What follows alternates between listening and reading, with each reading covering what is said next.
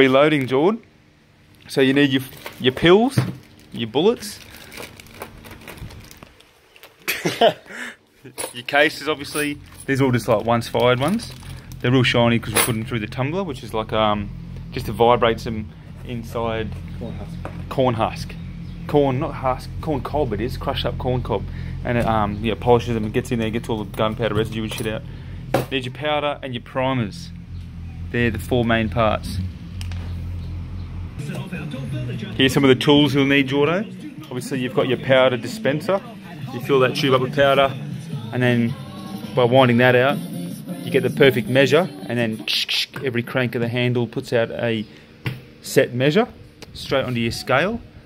And this is a powder trickler, so you fill that with powder, and then when you're getting really fine adjustments like 1 or 2 halves of a grain, you turn this and it will slowly let out like little bits of powder out of there.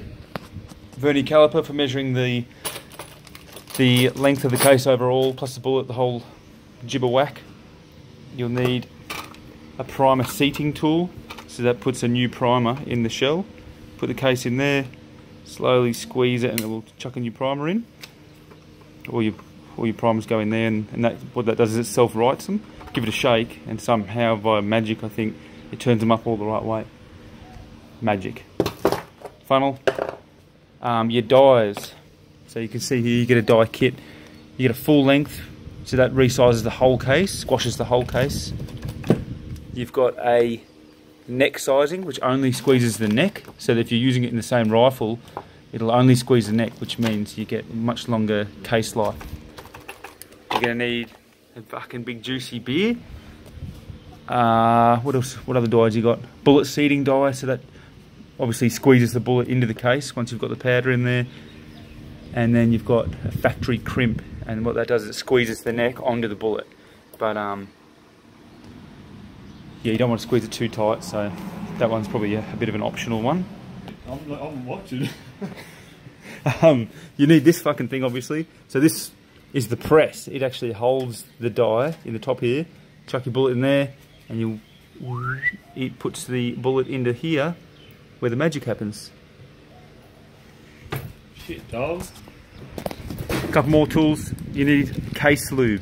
What that does, you've got to chuck a bit of case lube on the shell itself, on the outside, and a little bit on the neck, so that when you put it in the press and it's crushing that brass back to factory size, it doesn't get stuck in there like metal on metal. So it just allows the case to slip back out.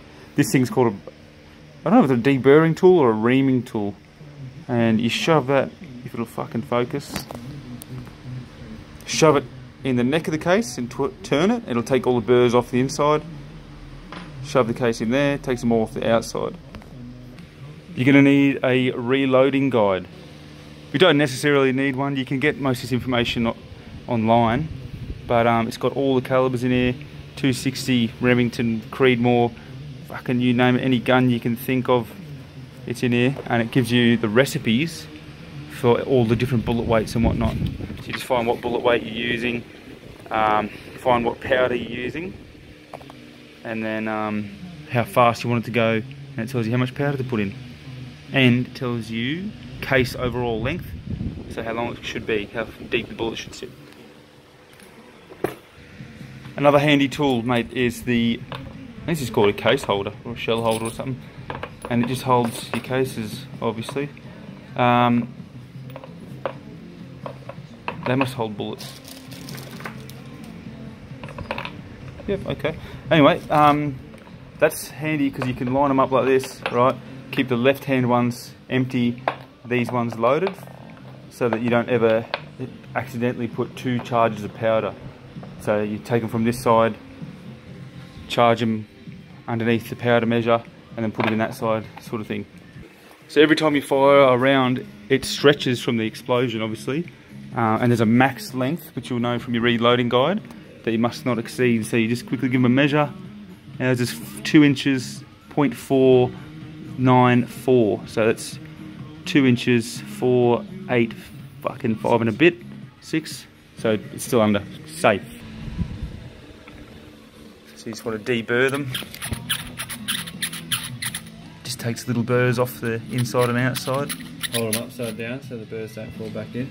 Yep, little bits of brass, don't want them in there, they don't burn like gunpowder. Next step, case lube. So just get a bit of fucking case lube on your fingers. You just want to lube up any part of the shell that's going into the press, into the die. And the neck as well, where the bullet's going to sit. But parts of the die go in there as well to get the neck resizing correct. I just use a pencil or a chopstick and a bit of rag.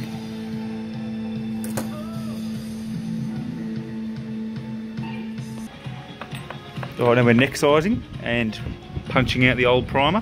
If you've got brand new cases, obviously there will be no old primer. Chuck her in the shell holder. There's a little tiny, just go back a bit, bro. Little tiny dick there that pushes out the old primer. Yep.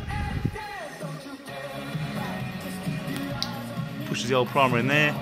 On this particular press, you can put a new primer in there, and if you chuck a new primer in there, it'll seat the new primer now. But I don't trust it. It's not as touchy-feely as the hand priming tool, so I prefer to use this, where you've got much more control.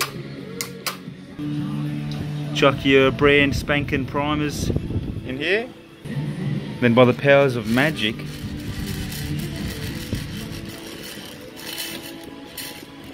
they all turn up the right way. Magic! So the priming tool just works like this. Give it a shake, it'll rattle one in.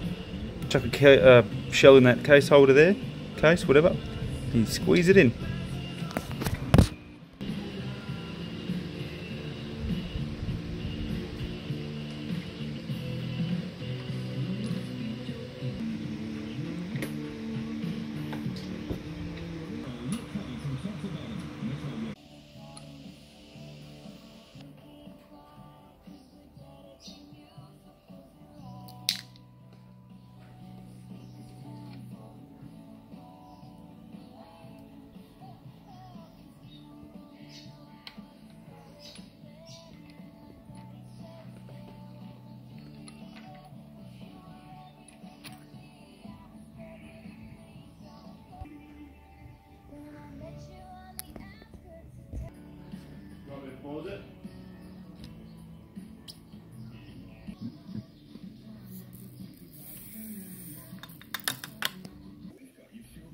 You don't have to measure every load. With your powder measure, adjust that little dial and get it dropping just the right amount, within 0.1 or 2 of a grain, and then start loading up, and then probably after that measure every 5th one just to make sure it hasn't been adjusted. Good to go. Next step, just set your bullet on like that. Once you've resized them, primed them, measured out your powder, next step is to load the business end. So you just sit it on top like that. You'll adjust your bullet seating die just by turning this left or right. Obviously start with it wound right out so that it doesn't go too deep. Too deep is a pain in the arse. You've got to use a tool called a bullet puller to get the bullet back out. Too shallow, you just adjust it, seat it again. Now you'll know how deep to set your bullet. You can just measure a factory round and then match that, or you can use a little trick, right? Put some chalk or some permanent marker on a bullet like this, squeeze it in a little bit by hand, and then load it into your rifle, and the bullet will hit the rifling and show you, it'll rub off the chalk or the permanent marker where the bullet hit the lance, and then go back from there about 1/5 or 1/3 of an inch so that the bullet isn't touching the rifling but isn't too far back. Send it in.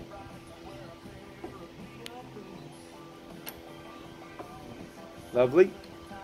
Now that won't be real tight, but it won't be real loose either, so it's not going to fall out. And you get your vernier calipers.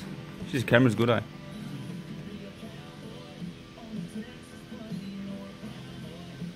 So that's a touch long still. Just wind this back a bit. Go again. Load them all up.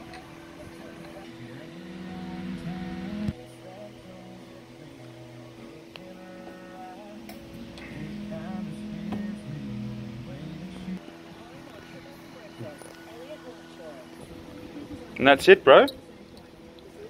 handful of brand new rounds to go and test. We'll let you know how they go.